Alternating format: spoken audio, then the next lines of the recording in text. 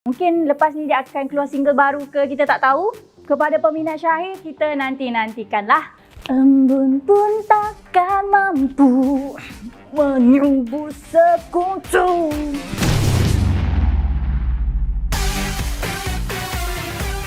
Hai, Assalamualaikum, annyeonghaseyo, yorobun. Anda bersama dengan saya Cema dalam Boom Expose. Program reality nyanyian pertama yang diterbitkan oleh TV Al-Hijrah iaitu Hijrahkan Laguku telah pun menutup tirai baru-baru ini dan Syahir Zawawi dinobatkan sebagai juara.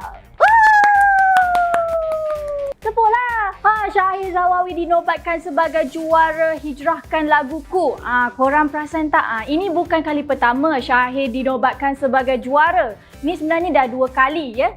Syahir dinobatkan sebagai juara. Sebab yang first juara tu adalah Akademi Fantasia musim ke-8.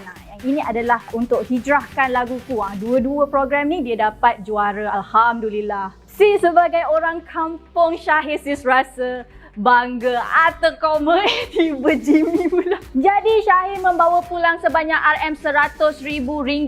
Banyak tu. Manakala untuk peserta-peserta lain mereka membawa pulang sebanyak RM20,000. Kira masuk pun tak ada tangan kosong lah. Alhamdulillah rezeki. Syahir juga mengucapkan terima kasih lah kepada TV Al-Hijrah sebab membuat satu program reality nyanyian berunsurkan dakwah untuk menyebarkan dakwah kepada orang-orang dengan cara nyanyian. Selalu kita dengar ceramah-ceramah je kan, tapi kali ni kita mendengar dakwah-dakwah ke arah Islam melalui nyanyian.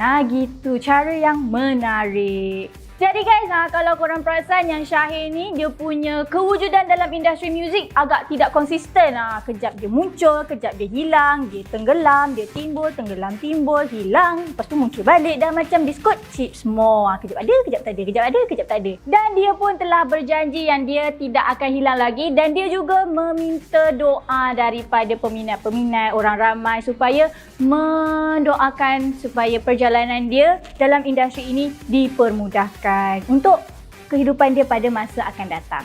Gitu. Jadi itulah dia kisahnya tentang Syahir Zawawi yang telah pun dinobatkan sebagai juara Hijrahkan Laguku dan dia juga berjanji yang dia tak akan hilang lagi lah. Mungkin lepas ni dia akan keluar single baru ke, kita tak tahu. Kepada peminat Syahir, kita nanti-nantikanlah. Embun pun takkan mampu menyubuh sekutu. Jadi sampai di situ sahaja story kita pada kali ini.